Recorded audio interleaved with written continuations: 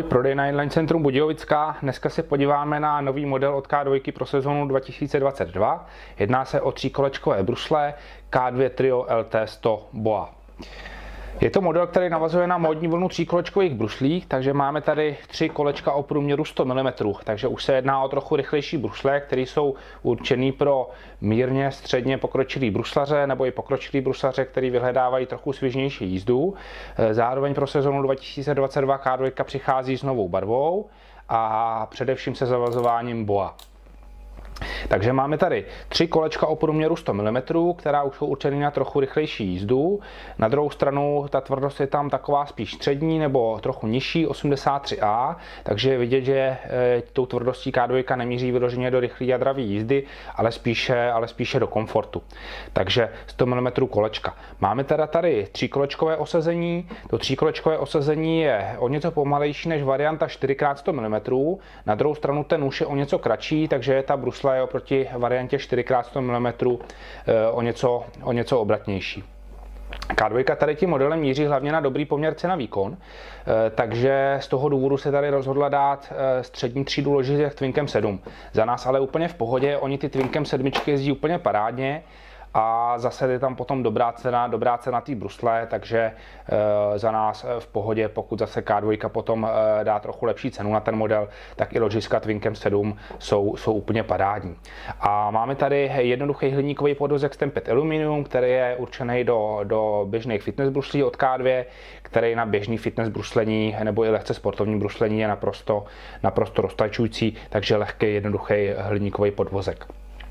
Všimněte si, že ty kolečka jsou trošičku dál od sebe, čili ačkoliv tříkolečková koncepce, tak brusle je určená trochu více na cyklostezku než na nějaký blbnutí nebo na nějaký slalomy vyloženě, čili ten nůž je trošičku delší, aby zase dobře držel stopu na cyklostezce na delší trase, ale zároveň si zachovává ještě relativně rozumnou obratnost, pokud se na té cyklostezce potřebují vyhnout, změnit směr, zatočit, takže ač tříkolečková koncepce, tak v tomto případě trochu delší nůž a míří spíše na cyklostezku.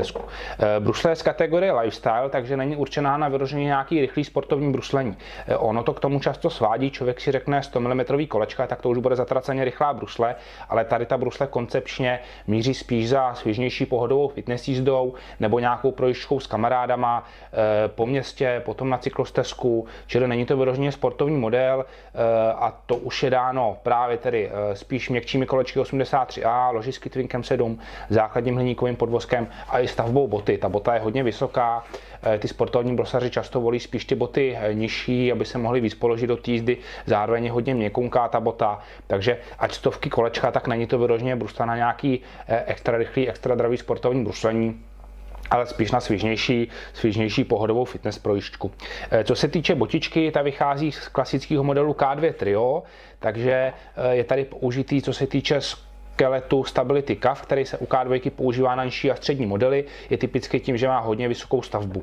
Je hodně vysoký ten komín, takže má za úkol dobře podržet a stabilizovat tu nohu a stejný se vlastně používá na střední modely K2 na kolečkách 80, 84 mm, 90 mm, takže vyšší stavba komínu. Zároveň ty kafy od K2 nebo ten skelet od K2, ten shell tady dole je specifický v tom, že je relativně pevný, takže ačkoliv měkká fitness bota, tak je tam dostatečná stabilita. K2 ty skelety umí dobře, takže ač měkká bota, tak stabilita je ještě pořád velmi slušná díky pevnosti z kořepiny a i díky vyššímu kotníku. Tady má potom K2 takovéto zpevněný v oblasti prstů, který má sloužit trochu jako ochrana tady té části nohy, a pak tady máme takhle gumovou část, která má za úkol trošičku zpevnit tu nohu ve špičce.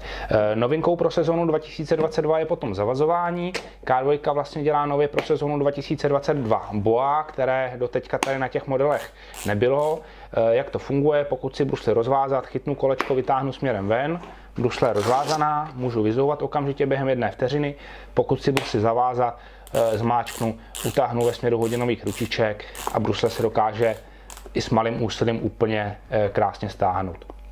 Takže pohodlnější varianta zavazování, doteďka to na těch tříkolečkových bruslích chybělo, pro sezónu 2022 nově i na modelu tříkolečkovém od K2, takže kdo chce 3 větší kolečka a zároveň chce pohodlný zavazování, tak tady ten model pro něj bude vhodný. Co K2 od jak živa umí, tak je super pohodlná botička. Tento model patří jednoznačně k nejpohodlnějším tříkolečkovým fitness bruslím na trhu. Ta botička je krásně síťovaná, dobře odvětraná, zároveň je tady opravdu měkoučká, takže se skvěle na tu nohu stáhne, přizpůsobí se to jak ponožka té noze. Tady v tom K2 dominuje a jednoznačně ty originální modely od K2 patří k tomu nejpohodlnějšímu, co na trhu je. Ten komfort potom, kromě toho síťování a té měkkosti té boty, podtrhuje samozřejmě i výborný vypolstrování uvnitř boty.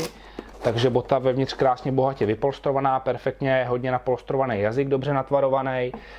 Tady ten komín trošičku vyšší, to jsme říkali, takže když třeba někdo zkouší nějaký jízdy pozadu nebo blbinky, není to úplně ideální, ale zase na takovou tu klasickou jízdu prostě na stezce rovně, nebo když na tom jedu kousek po městě do školy nebo něco, tak klidně v pohodě.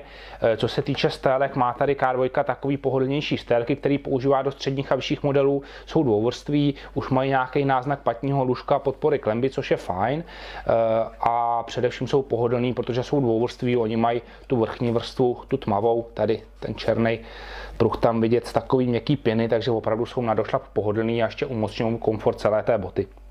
Na druhou stranu jsou trošku silnější ty vložky, takže pocitově ty brusle trošičku zmenšují. I z toho důvodu doporučujeme brát K2 relativně přesně na nohu, rozhodně si je nekupujte větší. Ta botička má tendenci se trošičku vymáčknout, i ta vložka pocitově ty boty trošku zmenšuje, takže K2 doporučujeme kupovat si akorát, nekupovat je zbytečně veliký. Tak, co se týče potom ještě toho střihu té boty, říkali jsme teda vyšší komín, vyšší stavba boty. Co je příjemný, tak je tady ještě všitá podpora klemby, to taky K2 používá do svých některých středních a vyšších modelů. Zase to potom umocňuje ten komfort, že to podpoří tady tu podélnou klembu. Takže pro koho je ten model určen? K2 Trio LT100, je to brusle z kategorie Lifestyle, takže ať 100 mm kolečka, tak opravdu nemíří za dravým, rychlým sportovním bruslením, ale spíš za pohodovým bruslením, když si jdu zajezdit s kamarádama na cyklostezku, pokecat si s kamarádama, nebo si jedu sám na cyklostezku, prostě po práci si vyčistit hlavu, zajezdit si trošku svižně, protože máme tady ty 100 mm kolečka, které mimo jiné mají i tu výhodu, že dobře přijíždí kamínky a nerovnosti. Na druhou stranu měkčí kola 83A, 7 ložiska s hliníkový podvozek, takový ten základní, i když jako 100% funkční. A vyšší stavba boty, ta bota je relativně dost vysoká, takže opravdu to nemíří za sportovním nebo nějakým dravým rychlým bruslením, ale spíš za takovou tou pohodičkou. Ty 100 mm kolečka už mají těžiště relativně vysoko, zároveň ta brusle, když do ní šlápnete, tak už celkem svižně jede, takže určitě bychom to nedoporučili nějakým úplným začátečníkům, pokud to není nějaký sportovně nadaný začátečník, který má velké ambice a chce rovnou velký kolečka, tam by se to relativně zvládnout dalo, ale spíš mírně nebo středně pokročilým bruslařům, kteří už vyhledávají svižnější jízdu. Líbí se jim třeba ta tříkolečková koncepce, chtějí větší kolečka, zároveň chtějí tu brusli relativně slušně ovladatelnou. A zároveň třeba vyhledávají to boa a koukají hlavně na pohodlí a na pohodovou jízdu, než na nějaký dravý sportovní rychlostní bruslení.